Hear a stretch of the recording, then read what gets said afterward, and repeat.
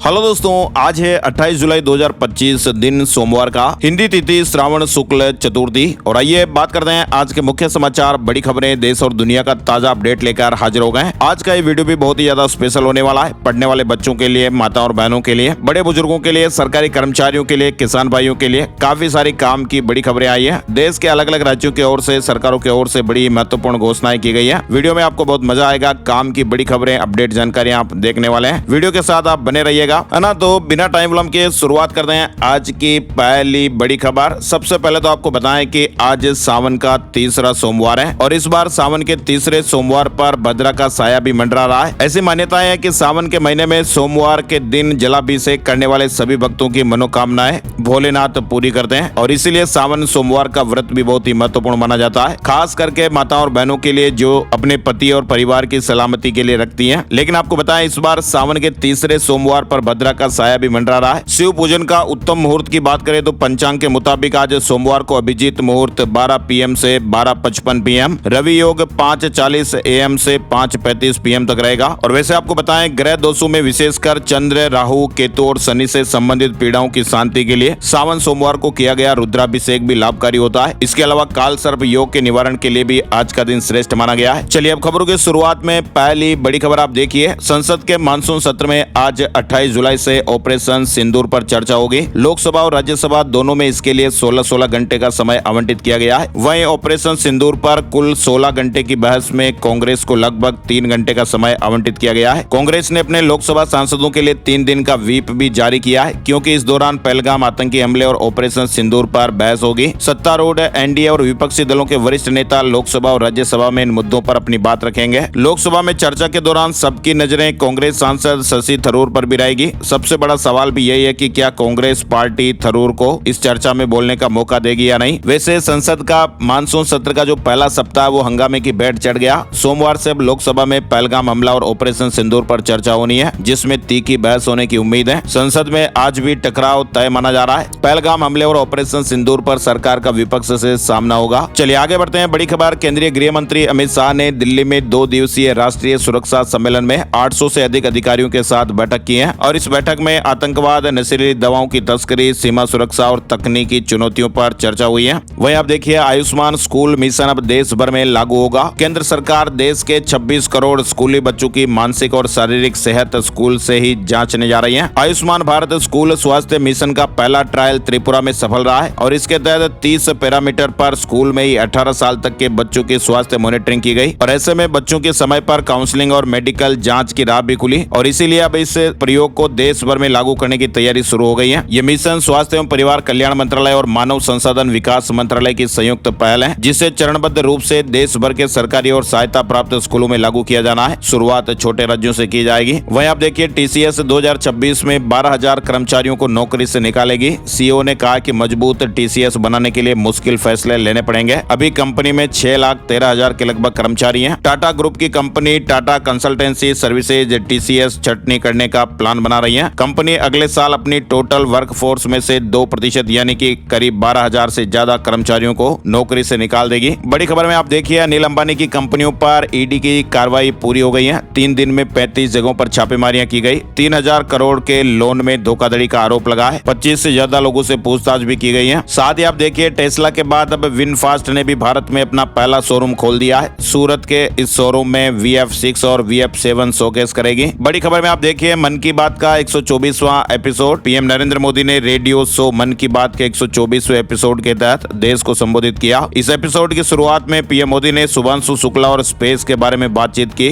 उन्होंने कहा कि जैसे ही एस्ट्रोनॉट शुभांशु शुक्ला धरती पर उतरे, लोग उछल पड़े, हर दिल में खुशी की लहर दौड़ गई, पूरा देश गर्व से भर गया। PM मोदी ने आगे कहा कि इससे साइंस और स्पेस को लेकर बच्चों में नई जिज्ञासा जागी है। अब छोटे छोटे बच्चे कहते हैं कि हम भी स्पेस में जाएंगे और हम भी चांद पर उतरेंगे, स्पेस साइंटिस्ट बनेंगे। PM मोदी ने बताया कि यूनेस्को ने 12 मराठा किलों वर्ल्ड हेरिटेज साइट्स में के रूप में शामिल किया गया है। 11 किले महाराष्ट्र में और 1 किला तमिलनाडु में। आज भारत में 3,000 से ज्यादा टेक्सटाइल स्टार्टअप हैं। पांडुलिपियां डिजिटलाइज होगी। हमारी असली ताकत वो ज्ञान है जिसे सदियों से पांडुलिपियों के रूप में सहेजा गया है। भारत ने world police and fire games में 600 मेडल जीते हैं। 71 देशों में हम टॉप 3 में पहुंचे और 2029 में तो ये गेम भारत में होंगे। साथ ही आप देखिए, अहमदाबाद में 12 जून को क्रैश हुए एयर इंडिया के बोइंग 737 8 ड्रीमलाइनर विमान के ब्लैक बॉक्स की रिकॉर्डिंग पूरी तरह सुरक्षित है। केंद्र सरकार के प्रेस इंफॉर्मेशन ब्यूरो ने रविवार शाम को ये जानकारी दी। आखिरी 10 मिनट का डेटा नहीं होने के जो दावे किए जा रहे हैं वो गलत हैं। चलिए बड़ी खबर आप देखिए। रक्षा मंत्री राजनाथ सिंह ने रविवार को बड़ोदरा स्थित गति शक्ति विश्वविद्यालय के दीक्षांत समारोह को संबोधित करते हुए कहा है, सशस्त्र बलों को जुटाने से लेकर सही समय और स्थान पर उपकरण पहुंचाने तक हमारी एजेंसियों द्वारा निर्बाध लॉजिस्टिक प्रबंधन ऑपरेशन सिंदूर की सफलता में एक निर्णायक कारक था। रक्षा मंत्री राजनाथ सिंह ने कहा कि आज के युग में युद्ध केवल बंदूकों और गोलियों से नहीं जीते जाते, बल्कि उनको समयबद्ध पहुंचाने से जीते जाते हैं। वहीं आप देखिए बिहार की वोटर लिस्ट से 65 लाख नाम कट गए हैं, 22 लाख की मौत हो चुकी है। SIR के आंकड़े जारी हुए हैं। राज्य में 7 करोड़ 24 लाख वोटर हैं। चुनाव आयोग ने वोटर लिस्ट की विशेष गहन पुनरीक्षण यानी SIR के पहले चरण के आंकड़े जारी कर दिए हैं और इसके मुताबिक बिहार में अब 7 करोड़ 24 लाख वोटर हैं। पहले यह आंकड़ा 7 करोड़ 89 लाख का था। वोटर लिस्ट रिवीजन के बाद 65 लाख नाम सूची से हटा दिए गए हैं। हटाए गए नामों में वे लोग शामिल हैं जो अब इस दुनिया में नहीं है या फिर कहीं और स्थायी रूप से रह रहे हैं या जिनका नाम 2 वोटर लिस्ट में दर्ज था। बड़ी खबर आप देखिए। हरिद्वार के मनसा देवी मंदिर में भगदड़ हो गई, 6 लोगों की जानें चली गई, 29 के करीब लोग घायल हो गए। ये मंदिर पहाड़ के ऊपर बना हुआ और यहाँ पहुंचने के लिए करीब 800 सीढ़ियां चढ़नी होती हैं। सीढ़ियों में लोगों की संख्या ज्यादा हो गई और लोग एक दूसरे पर चढ़कर भागने लगे। भगदड़ सा माहौल हो गया और 6 की जानें चली गई। बड़ी खबर में देखिए आप, तुर्की ने सबसे शक्तिशाली 2 बम टेस्ट किए हैं। ये बम F-16 फाइटर जेट से गिराए जा सकते हैं और फुटेज से ये पता चल रहा है कि ये बम सैकड़ों वर्ग मीटर के क्षेत्र को प्रभावित कर सकता है। इधर देखिए अमेरिका से एक बड़ी खबर आ रही है। अमेरिका के डेनवर इंटरनेशनल एयरपोर्ट पर शनिवार को एक बड़ा हादसा टल गया। अमेरिकन एयरलाइंस के बोइंग 737 मैक्स 8 विमान का लैंडिंग गियर फेल होने के कारण टेक ऑफ रोकना पड़ा और इस दौरान विमान के पिछले हिस्से में आग भी लग गई। ये फ्लाइट मियामी जा रही थी। हालांकि हादसे में 6 लोगों को मामूली चोटें आई हैं, लेकिन एक बड़ा हादसा होने से बच गया। आपको बताएं 12 जून को अहमदाबाद में एयर इंडिया का जो प्लेन क्रैश हुआ था वह भी बोइंग कंपनी का ही था। बड़ी खबर आ रही है। राष्ट्रीय स्वयंसेवक संघ के प्रमुख मोहन भागवत ने कहा कि हमें फिर से सोने की चिड़िया नहीं बनना है, बल्कि हमको शेर बनना है। दुनिया शक्ति की ही बात समझती है और शक्ति संपन्न भारत होना चाहिए। उन्होंने कहा कि शिक्षा ऐसी होनी चाहिए जो व्यक्ति को आत्मनिर्भर बनाए और उसे कहीं भी अपने दम पर जीवित रहने की क्षमता प्रदान करे। राष्ट्रीय स्वयंसेवक संघ के प्रमुख मोहन भागवत ने ये बातें केरल में शिक्षा सम्मेलन ज्ञान सभा में कही है। महाराष्ट्र से बड़ी खबर देखिए। महाराष्ट्र नवनिर्माण सेना MNS चीफ राज ठाकरे रविवार को 6 साल बाद उद्धव ठाकरे के घर मातोश्री पहुंचे और इस दौरान राज ने शिवसेना UBT चीफ उद्धव ठाकरे को गले लगाया और बुके देकर जन्मदिन की बधाई दी। सुप्रीम कोर्ट में आज सोमवार को बिहार में विशेष सघन मतदाता सूची पुनरीक्षण यानी SIR मामले की सुनवाई होगी, जो बिहार में SIR का भविष्य तय करेगी। इसके अलावा इलाहाबाद हाईकोर्ट के न्यायाधीश यशवंत वर्मा के खिलाफ आरोपों और BS6 मानक वाले वाहनों पर भी आज सुनवाई होगी। यानी सुप्रीम कोर्ट में भी आज सोमवार का दिन हलचल भरा रहने वाला है। जस्टिस वर्मा और SIR समेत कई बड़े मामलों पर सुनवाई होगी। गुजरात से बड़ी खबर आ रही है। CM भूपेंद्र पटेल ने AI एक्शन प्लान 2025 से 2030 को मंजूरी दे दी है। स्मार्ट गवर्नेंस की दिशा में गुजरात का ये बड़ा कदम बताया जा रहा है। भारतीय न्यायालयों में 5 करोड़ 29 लाख मामले लंबित हैं। अब इन्हें निपटाने के लिए समिति बनाई गई। भारतीय न्यायालयों में 5 करोड़ 29 लाख के लगभग मामले लंबित बताए जा रहे हैं, जिनमें से अधिकांश जिला और अधीनस्थ न्यायालयों में, वहीं उच्च न्यायालयों और सर्वोच्च न्यायालयों में भी बड़ी संख्या में मामले लंबित हैं। लंबित मामलों को कम करने के लिए उच्च न्यायालयों और जिला न्यायालयों में बकाया समितियां बनाई गई हैं। सरकार न्यायाधीशों की नियुक्ति और फास्ट ट्रैक कोर्ट की स्थापना जैसे कदम भी उठा रही है। वहीं आप देखिए बिहार चुनाव से पहले नीतीश कुमार की एक और बड़ी घोषणा, अब ट्रांसजेंडर को लेकर बड़ा कदम उठाया गया है। CM ने राज्य में सफाई कर्मचारी आयोग के गठन का आदेश दिया है और इस आयोग में एक अध्यक्ष, एक उपाध्यक्ष और 5 सदस्य होंगे, जिनमें एक महिला या ट्रांसजेंडर भी होंगे। इस आयोग का काम सफाई कर्मचारियों के हितों से संबंधित सुझाव, उनके अधिकारों की सुरक्षा के संबंध में सरकार को सुझाव देना होगा। UPI पेमेंट पर GST को लेकर बड़ी खबर सामने आई है। सरकार ने UPI पेमेंट को लेकर बड़ा फैसला किया है। सरकार की ओर से राज्यसभा में 2000 रुपए से ज्यादा की पेमेंट करने पर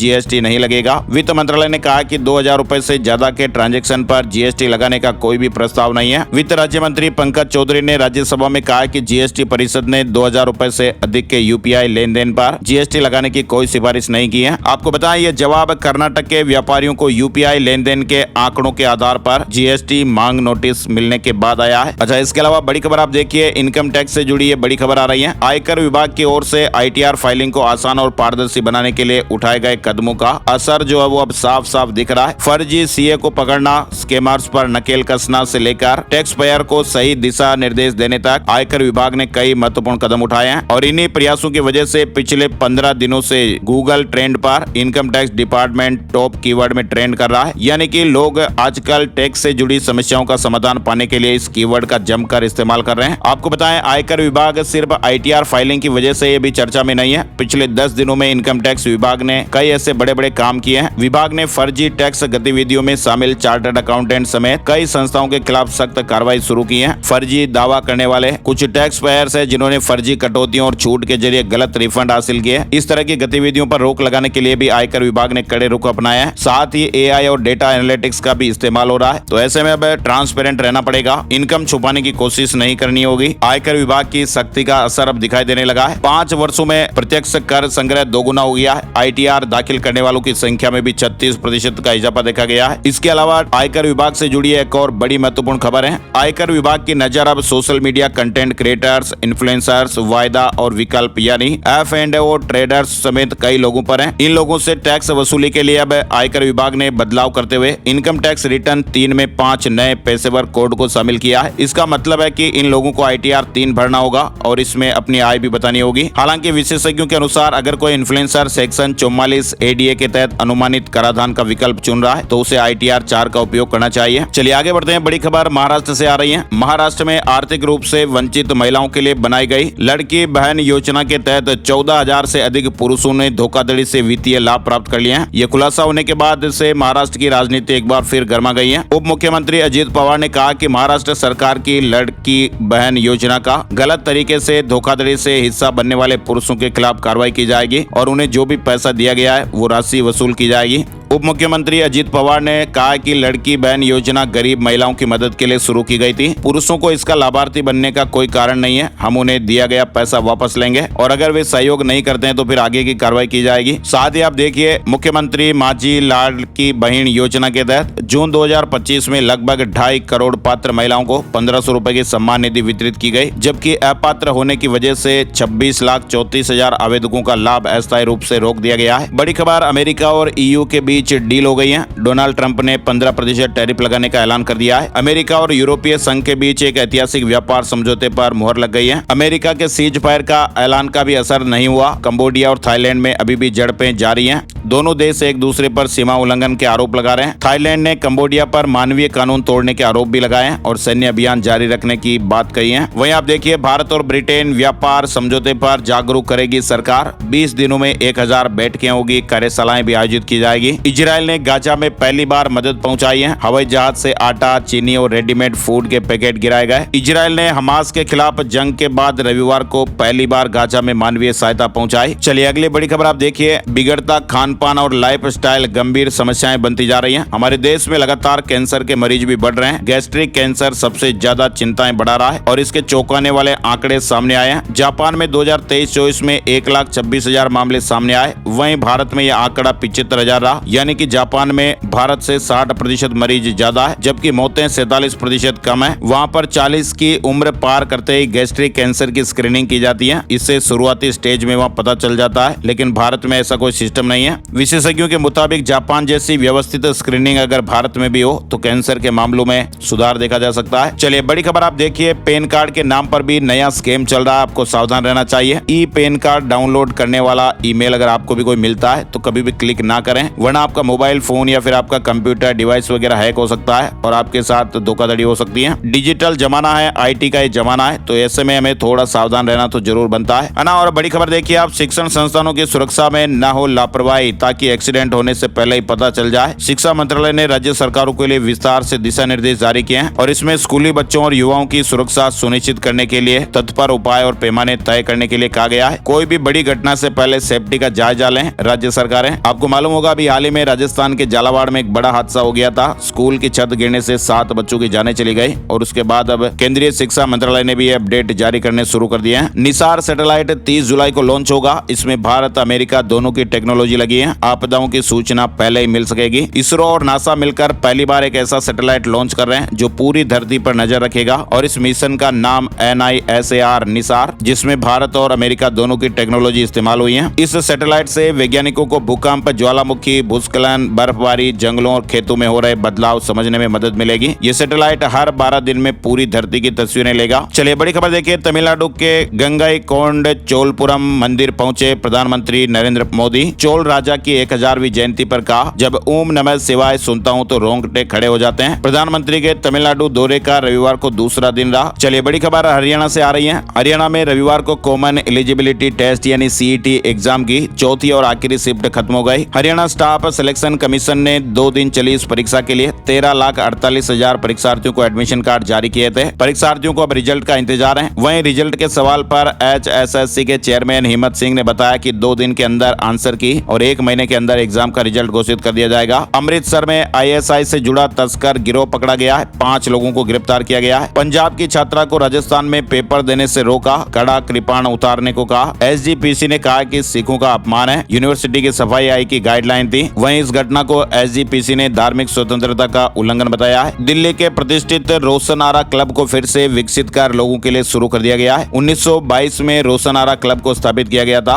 103 साल पुराने इस क्लब में लोगों को कई सुविधाएं प्रदान होंगी। दिल्ली NCR में खास मॉक ड्रिल भी होने जा रही है। 18 जगहों पर भूकंप जैसी स्थितियों की मॉक ड्रिल होगी। 29 जुलाई से 1 अगस्त तक बड़े पैमाने पर दिल्ली NCR में मॉक ड्रिल का आयोजन होगा। दिल्ली में भूकंप जैसे खतरों से निपटने के लिए मॉक ड्रिल की योजना बनाई गई है। चलिए आगे बढ़ते हैं। बड़ी खबर मध्य प्रदेश से आ रही है। मध्य प्रदेश को MP ना कहा जाए, इस तरह की अनोखी मांग लेकर हाईकोर्ट पहुंचा शख्स। अदालत ने भी जवाब दिया है। मध्य प्रदेश के जबलपुर हाईकोर्ट के सामने हाल ही में एक बेहद रोचक जनहित याचिका दाखिल की गई, जिसमें याचिकाकर्ता ने एक अनोखी मांग करते हुए मध्य प्रदेश को मप्र या फिर MP बोलने या लिखने पर रोक लगाने की मांग की थी। साथ ही याचिकाकर्ता ने अदालत से यह सुनिश्चित करने के लिए राज्य सरकार को हर संभव कदम उठाने के निर्देश देने के लिए भी कहा। मध्य प्रदेश राज्य का नाम हिंदी में पत्राचार आदि के सभी रूपों में MP या मप्र के रूप में ना लिखा जाए। हालांकि सुनवाई के दौरान जब कोर्ट ने याचिकाकर्ता से उसकी मांग के पीछे जनहित को लेकर सवाल पूछा तो वह कुछ भी बता नहीं पाया, जिसके बाद उच्च न्यायालय ने इस जनहित याचिका को खारिज कर दिया है। लेकिन आप देखिएगा, सुनवाई के दौरान मुख्य न्यायाधीश और जस्टिस विनय सराफ की बेंच ने कहा कि बोलचाल में आसानी और समय बचाने के लिए पूरी दुनिया में संक्षिप्त नामों या शॉर्ट नेम का इस्तेमाल किया जाता है। अदालत ने यह कहा कि छोटे नामों का उपयोग केवल भारत में ही राज्यों का नाम बताने के लिए नहीं किया जाता है। जैसे आंध्र प्रदेश को AP बोलते हैं, चंडीगढ़ को CH, हरियाणा को HR, हिमाचल प्रदेश को HP, उत्तर प्रदेश को UP, मध्य प्रदेश को MP के रूप में जाना जाता है। बल्कि इस तरह से शॉर्ट नेम का इस्तेमाल तो पूरी दुनिया भर में किया जाता है। उदाहरण के लिए संयुक्त राज्य अमेरिका को USA, यूनाइटेड किंगडम को UK लिखा जाता है। कोर्ट ने कहा कि नाम छोटा करने से किसी जगह का नाम नहीं बदलता है, बल्कि पहचान आसान हो जाती है। और तो और आप देखिए, याचिका खारिज करने से पहले हाईकोर्ट ने याचिका करने वाले से यह सवाल किया कि आप जिस वाहन का इस्तेमाल करते हैं उसका नंबर क्या है। तो शख्स ने जवाब देते हुए कहा कि CH यानी चंडीगढ़ का नंबर। तब अदालत ने यह पूछा कि आप कब मध्य प्रदेश आए और वह आपकी मदरलैंड कब से हो गई। और वैसे भी RTO का नियम तो कहता है एक राज्य से दूसरे राज्य में वाहन ले जाने के बाद नंबर बदलना पड़ता है। जब वाहन के नंबर में ही MP लिखने का प्रावधान है तो इसे क्यों बदलें। कहने का मतलब यह है कि अदालतों में भी कई बार इस तरह के अजीबोगरीब मामले आ जाते हैं। चलिए अगली बड़ी खबर आप देखिए। सोमवार को इस राज्य में बंद रहेंगे बैंक। जी हां,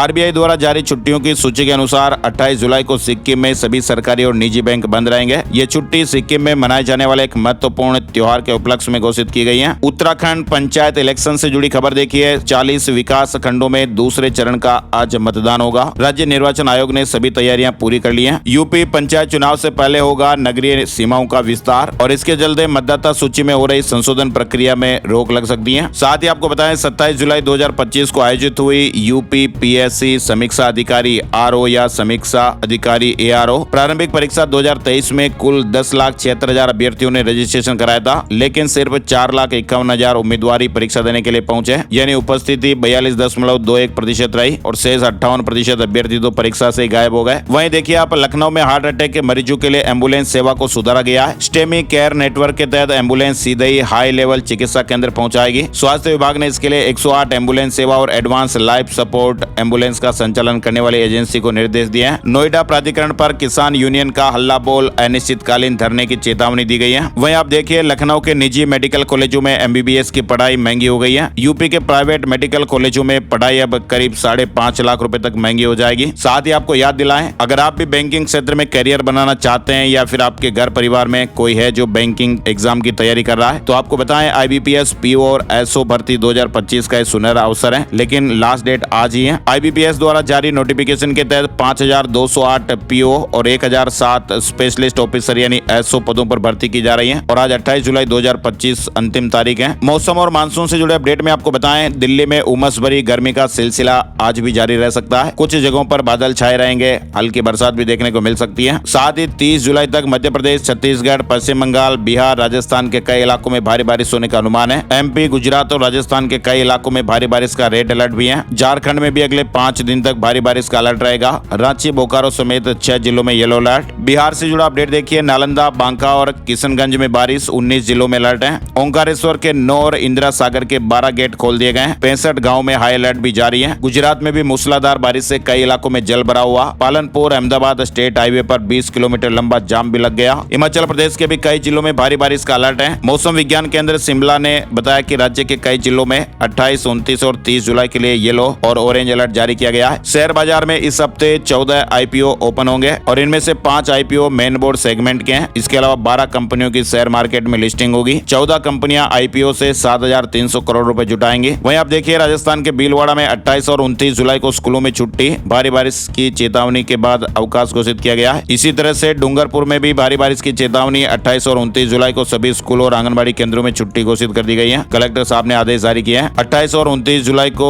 राजस्थान के कोटा में भी अवकाश घोषित किया गया है। भारी बारिश के कारण राजस्थान के झालावाड़ में भी शैक्षणिक संस्थान बंद। 28 जुलाई से 2 अगस्त तक स्कूल और आंगनबाड़ी केंद्रों में अवकाश, शिक्षक उपस्थित रहेंगे। वहीं धौलपुर में भी 28 से 30 जुलाई तक कक्षा 1 से 12वीं तक के सभी स्कूल और आंगनबाड़ी केंद्र बंद रहेंगे। राजस्थान में बिसलपुर बांध का दूसरा गेट खोला गया है, पानी की निकासी बढ़ाई गई है। साथ ही राजस्थान में रिटायर्ड महिला लेक्चरर को बकाया सैलरी और पेंशन देने के आदेश। हाई कोर्ट ने 3.5 साल का वेतन और सेवानिवृत्ति परिलाभ 3 महीने में देने के निर्देश दिए हैं। याचिका में कहा गया था कि याचिकाकर्ता साल 1983 में हनुमानगढ़ के कॉलेज में राजनीति विज्ञान के लेक्चरर पद पर नियुक्त हुई थी और उस समय वह अनुदानित यानी सहायता प्राप्त कॉलेज था। राज्य सरकार से 70% अनुदान प्राप्त करता था, लेकिन साल 2013 में कॉलेज को राज्य सरकार ने अधिग्रहित कर लिया और इसी बीच जुलाई 2019 में याचिकाकर्ता सेवानिवृत्त हो गई। लेकिन दिसंबर 2015 के बाद से उसे वेतन, पेंशन और अन्य परिलाभ नहीं दिए गए, लेकिन हाई कोर्ट ने ये 3 महीने में देने के निर्देश दिए हैं। राजस्थान में PTI भर्ती में फर्जीवाड़ा, फर्जी डिग्री से नौकरियां पाई।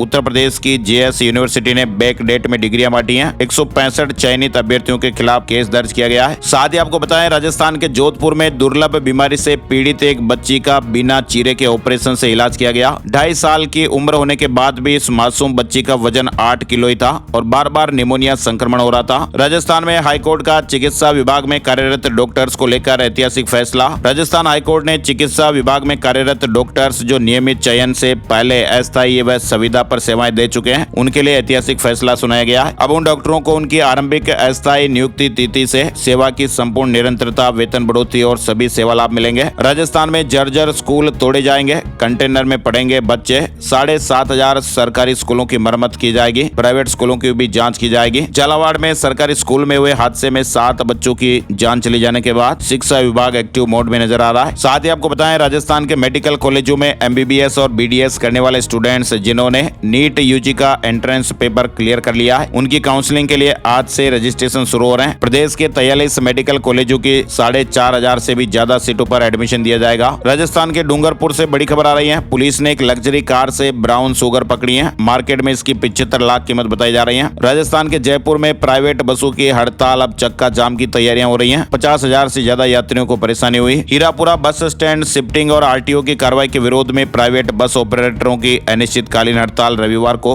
दूसरे दिन भी जारी रही। हड़ताल के दूसरे दिन भी सरकार की चुप्पी के कारण अब बस ऑपरेटरों में अब नाराजगी और बढ़ गई है। भोपाल मेट्रो में बैठकर CM ने देखा ट्रायल रन। जी हां, लंबे समय से मेट्रो का इंतजार कर रहे भोपाल वासियों के लिए जल्द ही इसकी सौगात मिलने जा रही है। अक्टूबर में प्रधानमंत्री नरेंद्र मोदी भोपाल मेट्रो की औपचारिक शुरुआत कर सकते हैं। मध्य प्रदेश के धार में जल्द ही मेडिकल कॉलेज का निर्माण होगा। ग्वालियर हाईकोर्ट की एकल पीठ ने अनुकंपा नियुक्ति से जुड़े एक मामले में फैसला सुनाया है। कोर्ट ने विभाग को निर्देश दिए कि याचिकाकर्ता के आवेदन पर 90 दिनों के भीतर पुनर्विचार किया जाए। 28 जुलाई को निकलेगी बाबा महाकाल की तीसरी सवारी। शिव तांडव प्रतिमा और बैंड की प्रस्तुति मुख्य आकर्षण रहेगी। रामघाट पर पूजन होगा। श्री महाकालेश्वर मंदिर से श्रावण भाद्रपद मास के अंतर्गत निकलने वाली भगवान महाकाल की तीसरी सवारी सोमवार 28 जुलाई को भव्य रूप में निकाली जाएगी। ये सवारी शाम 4 बजे मंदिर प्रांगण से प्रारंभ होगी और परंपरागत मार्ग से होते हुए नगर भ्रमण करेगी। छत्तीसगढ़ से बड़ी खबर आ रही है। छत्तीसगढ़ के मुख्यमंत्री विष्णुदेव साय ने कहा कि धर्मांतरण को लेकर प्रदेश में जो कानून पहले से मौजूद है उसे और ज्यादा मजबूत और सख्त बनाया जाएगा। इस कानून को छत्तीसगढ़ की विधानसभा में पेश किया जाएगा। उत्तर प्रदेश के 66 पीसीएस अफसरों के ट्रांसफर हो गए। साथ ही यूपी से जुड़ी एक और बड़ी खबर देखिए, 700 करोड़ रुपए का फ्रॉड, 80% पैसा पाकिस्तान गया। उत्तर प्रदेश में चाइनीज ऐप से ये फंसाते थे,